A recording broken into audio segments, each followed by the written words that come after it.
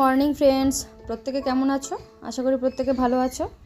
প্রতিদিনের মতো আমিও আজকে একটা কিছু রেসিপি নিয়ে চলে আসলাম, তো তোমরা দেখতেই থাকো পুরোটা। আজকে আমি রান্না করব করলা দিয়ে মাছের ঝোল। অনেকে হয়তো আমরা যারা গ্রাম বাংলায় থাকি তারা আমরা অনেকেই বাড়িতে এই ঝোলটা করি, মাছ দিয়ে, করলা দিয়ে, পেঁয়াজ দিয়ে, আলু দিয়ে।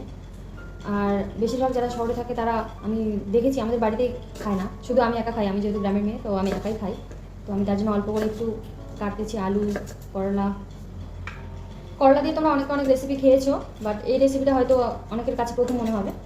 তো বাড়িতে ট্রাই করে তোমরাও দেখতে পারো। করলা দিয়ে অনেকে শুক্তো খায়, কিন্তু আমার করলা দিয়ে আমার শুক্তো ভালো লাগে না। যার যেটা পছন্দ, যার যেটা ছোটোবেলা থেকে খেয়ে অভ্যেস, যে যেরকম পরিবেশে মানুষ হয়েছে তার সেরকমই ভালো লাগবে। তো আমাদের ছোটোবেলা থেকে এই করলার ঝোলটা যে মা করতো রান্না, আমার খুবই ভালো লাগে। তো ফ্রেন্ডস, তোমরা দেখতেই পাচ্ছ আমি যেটা গরম হয়ে গেছে, আমি জিরা ফোড়ন দিচ্ছি। তারপর পেঁয়াজগুলো কুচি কুচি করা ছিল, সেগুলো আমি ভালোভাবে একটু ভেজে নেব। তো পেঁয়াজটা আমার লাল করে একটু ভাজা হয়ে গেছে। তো এর মধ্যে আমি আলুগুলো একটু দিয়ে ভেজে নেব।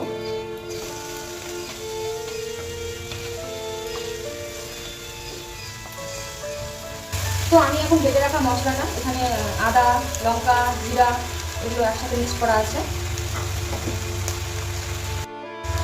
তার সাথে আমি দিয়ে দিচ্ছি হলুদ গুঁড়ো পরিমাণ মতো, লবণ পরিমাণ মতো। এখন এটাকে ভালো করে নাড়িয়ে নেব। অনেকের কাছে এই রেসিপিটা একদমই নতুন মনে হবে, যারা কোনোদিন বাড়িতে ট্রাই করোনি। আর যারা আমরা করেছি তারা তো জানি।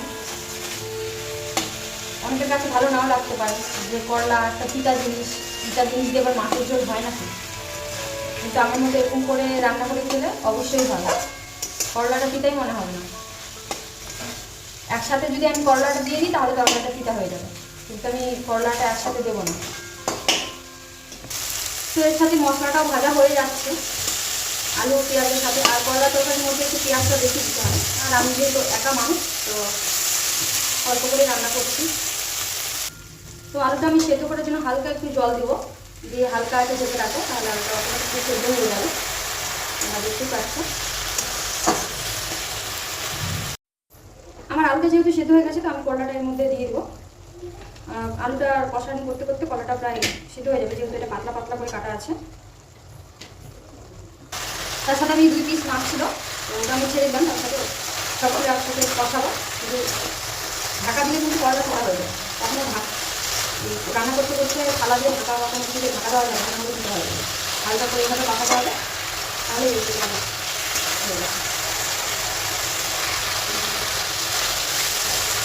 এইভাবে রান্না করে দেখবো করতে করতে যে শুক্তো থেকেও ভালো লাগে খেতে, আর আমার এই ঝোলটা ভালো লাগে খেতে।